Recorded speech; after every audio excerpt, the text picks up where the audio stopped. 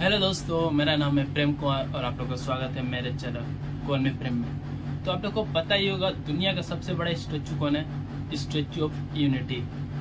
दुनिया का सबसे बड़ा स्टेडियम क्या है? नरेंद्र मोदी स्टेडियम, जो गुजरात में है। आपको याद भी होगा हमारा लोटस टेम्पल, आपको याद होगा हमारा जो भी राम मंदिर बन रहा है, आपको ये भी याद होगा भारत का सबसे पहला बुलेट ट्रेन प्रोजेक्ट। ये सब जो है एल&टी कर रही है।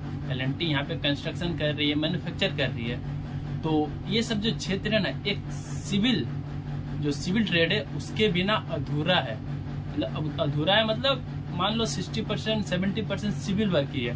तो सिविल वर्क के बिना ये सब काम हो ही नहीं सकता है। तो अगर मान लो कोई ऐसा स्टूडेंट है जो 8 पास या 10 पास या 12 पास है, उसके पास कोई टेक्निकल ट्रेड या टेक्निकल कोई सर्टिफिकेट उसके पास नहीं है, तो आपको घबराने की कोई जरूरत नहीं। जो सिविल ट्रेड है ना, उसके बिना आप लोग देख सकते हो स्टेचू ऑफ यूनिटी दुनिया का सबसे बड़ा स्टेचू है। तो वहां पे भी देखो सिविल वर्क सबसे ज्यादा हुआ है। और लोटस टेम्पल उधर भी देख लो सिविल वर्क सबसे ज्यादा हुआ है। राम मंदिर वो तो सिविल वर्क की है, पूरा सिविल वर्क है। बुलेट ट्रेन प्रोजेक्ट, ये सब जो आप मान लो बुलेट ट्रेन प्रोजेक्ट हाइट पे चल रही है, जो वहाँ पे ब्रिज बनाया गया है, सिविल वर्क के बिना ये सब इम्पॉसिबल है। तो आज मैं यही बताने वाला हूँ कोई ट्रेड है सिविल का, कौन कौन सा ट्रेड पे आप ज्वाइन करके आप अपना और आगे बढ़ सकते हो, कौन कौन ट्रेड आपके लिए लाभदायक हो सकती है। तो मान लो अगर आप एल&टी में ज्वाइन करना चाहते हो CSTI के थ्रू, तो मान लो CSTI में क्या क्या सिविल का ट्रेड है। एक है बार बेंडिंग, स्काफोल्डिंग, फॉर्मवर्क और कारपेंटर।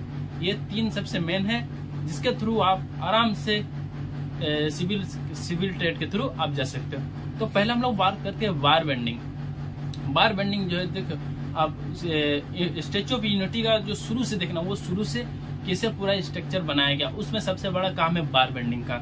मतलब बिना बार बेंडिंग का वो जो क्या बोलते हैं उसका भूकंप 7.58 तक भूकंप का वो जो है ना, वो झेल सकता है। तो ये सब किसके वजह से हुआ है? एक बार बेंडिंग की वजह से और एक फॉर्म वर्क के वजह से।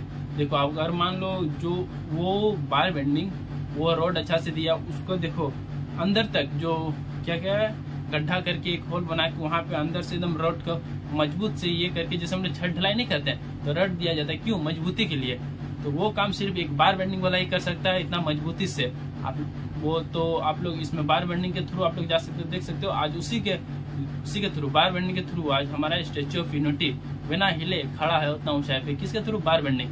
तो बार बेंडिंग एक कोई मैकेनिकल नहीं है, ये सिविल वर्क है। आप इसमें भी जा सकते हो। बार बेंडिंग का और कहाँ काम आता है? मान लो कहीं बड़ा ब्रिज बन रही है, मान लो ब्रिज के कितने एक डिस्टेंस पे पिलर होती है, तो ये जो पिलर के डिस्टेंस पे जो ये ब्रिज होती है, जो उसका फ्लैट सरफेस होता है, इतना वेट कैसे झेल लेती है? ये सब एक बार बेंडिंग का देन है। बिना बार बेंडिंग के बिना ये काम हो नहीं सकता है। तो बार बेंडिंग को किस एंगल में किस तरह से रोड लगाना है, कहाँ क्या लगेगा, कहाँ कितना लेंथ लगेगा, अगर मान लो कुछ गड़बड़ी, ये भी कोई मैकेनिकल से कम नहीं है। ये भी बार बेंडिंग सिविल में आती है, पर ये मैकेनिकल से कम नहीं है। किस जगह कैसा प्रोसेस क्या करना है, ये सब एक बार बेंडिंग वाला अच्छा से बता सकता है। उसके बिना मान लो इतना पुल गिर जा रही है, क्यों गिर जा रही है? क्या उसमें कभी सीमेंट का प्रॉब्लम होता है? मेन बार बेंडिंग वाला जो होता है ना, अगर वो लोग काम अच्छा से करें तो कभी नहीं गिरेगा। तो बार बेंडिंग का बहुत बड़ा योगदान होता है ब्रिज के लिए। कोई स्टेचू बन रही है, अब मान लो सबसे बड़ा स्टेडियम हमारा कौन सा है? नरेंद्र मोदी स्टेडियम, जो गुजरात में है, याद ही होगा आपको। तो वो सिविल वर्क उसमें भी बहुत ज्यादा था। आप देख सकते हो क्या, मतलब डिजाइन देख सकते हो उसका। तो वो मैक्सिमम वर्क में सिविल का था, मैकेनिकल प्लस सिविल। अगर बिना सिविल का आप लोग कोई मैकेनिकल वर्क स्टार्ट ही नहीं कर सकते हो। मान लो आप लोग को कोई बड़ा बड़ा बिल्डिंग बनाना है, बड़ा बड़ा जो बिल्डिंग बनती है वो कौन बनाती है? हम लोग। चाहे कोई ये मैकेनिकल बिल्डिंग जाकर तो बनाएगा नहीं कोई, क्यों? उसमें अगर मान लो कोई building mechanical trade electrician mechanical, वो बिल्डिंग तो बनाएगा नहीं। बिल्डिंग बनाना, अगर बिल्डिंग खड़ी है तो किसकी वजह से खड़ी है? बार बेंडिंग की वजजह से। उसके जो पिलर बन रही है उसमें आप अच्छा रोड लगा रहे हो, ये जो कर रहा है, ये जो टेक्निक लगा रहा है, कहाँ वो इतनी बड़ी समझ 20 15 फ्लोर 20 फ्लोर आज इतना खड़ा कैसे है? ये सब बार बेंडिंग की वजह से। तो ये मत सोचो कि हमारा सिविल ट्रेड है तो उतना ये नहीं है। बिना सिविल के कोई मैकेनिकल काम नहीं कर सकता, ये याद रखिएगा। दूसरा हमारा ट्रेड हो रहा है स्काफोल्डिंग का। हाँ, मान लो स्काफोल्डिंग क्या है? मान लो कहीं बड़ा बिल्डिंग बन रही है, एक फ्लोर बन गई 4 मीटर से ऊपर, ये स्काफोल्डिंग है टेम्पररी। ये आपका फ्लोर होता है, जिसको मान लो इसमें आप लोग मशीन मैन उसमें आप ऊपर जाके काम कर सकते हैं। मान लो थोड़ा ऊपर जाना है, मान लो कहीं घर बनती है ना, देखते हो ना प्लस्तरा करते हैं, तो वो एक बना के करते हैं ना, तो वो उसी का सेम है। बट ये कहीं कहीं बड़ा बड़ा स्ट्रक्चर बन रही है, तो वहाँ पे स्काफ फोल्डिंग का बहुत बड़ा काम होता है। बिना स्काफ फोल्डिंग आप कोई भी हाइट वर्क नहीं कर सकते हो।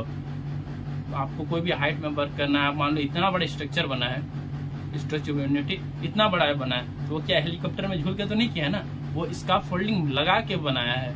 इतना बड़ा बड़ा जो बनी है, इतना ऊंचा ऊंचा, तो वो सब स्काफ फोल्डिंग के बिना अधूरा है। आप कोई भी हाइट वर्क बिना स्काफ फोल्डिंग का नहीं कर सकते। तो ये भी एक बहुत अच्छा आपके लिए अपॉर्चुनिटी है, स्काफ फोल्डिंग जो आपका सिविल में है। इसका क्या है, मान लो कहीं भी कोई भी ऊंचा काम बिना स्काफ फोल्डिंग के बिना हो ही नहीं सकता। कोई भी आप इसमें चल जाओ, कोई भी कंपनी में सबसे ज्यादा डिमांड अगर होती है, कोई भी ऊंची चीज अगर कोई भी बनाना हो ना, तो सबसे पहला आदमी को नजर आता है स्काफ फोल्डिंग, या स्काफ फोल्डिंग वाला होना चाहिए, तब जाके मैं इतना बड़ा स्ट्रक्चर बना सकूंगा। दूसरा हमारा क्या, फोम वर्क। फोम वर्क, अब जो हमारा कारपेंटर है, मान लो कई कई जगह डिजाइन तैयारी करनी होती है, कहीं कहीं जगह फोम वर्क का बहुत ज्यादा काम आता है। बहुत जगह ऐसा है, मान लो आप स्काफ फोल्डिंग, मान लो आपको जो नहीं बोलते ये बनाना स्लैब जो बोलता है, उसको भी ढांचा तैयार करना होता है, फोम वर्क का वो काम है। तो ये सब जो सिविल, ये 3 ट्रेड है ना, बहुत ही इम्पोर्टेंट है ये हमारे कंस्ट्रक्शन क्षेत्र में। तो अगर आपको लगता है हाँ आपको ये काम करना है, आप इस क्षेत्र से आगे बढ़ सकते हो, तो ये सिविल ट्रेड आपके लिए बहुत ही अच्छा है।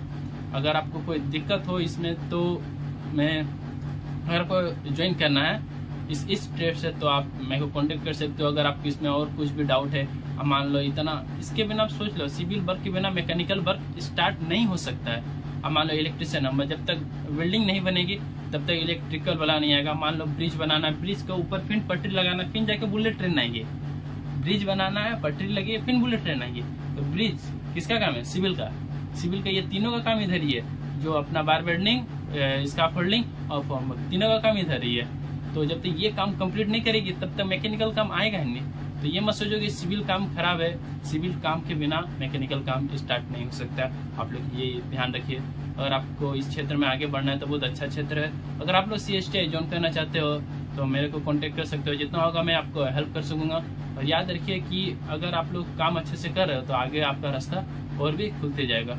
अगर कोई भी आप मान लो इसमें CSTI ये 3 ट्रेड में देती है, मान लो दिल्ली हो गया, अपना कोलकाता हो गया, या मान लो अपना कटक में हो गया, मुंबई में भी है, तो आप लोग एक गुजरात में भी अपना, तो आप मान लो इस क्षेत्र से कहीं से आप सामने हो, तो आप मैं मोबाइल नंबर दे रहा, आप डायरेक्ट मेरे को कांटेक्ट कर सकते हो सकता है तो मैं आपका हेल्प कर सकता हूँ और कुछ बता सकता हूँ, क्योंकि एक वीडियो में इतना ज़्यादा लंबा बता नहीं सकता। तो अगर ये मत सोचो कि अगर सिविल है तो खराब है। अगर आपके पास कोई टेक्निकल कोर्स नहीं है, ITI नहीं है, डिप्लोमा नहीं है, मान लो आप 8 पास हो, आपका घर में प्रेशर है, आप काम करना चाहते हो, तो इसके थ्रू आप ज्वाइन कर सकते हो। बहुत ही अच्छा अपॉर्चुनिटी है आपके लिए।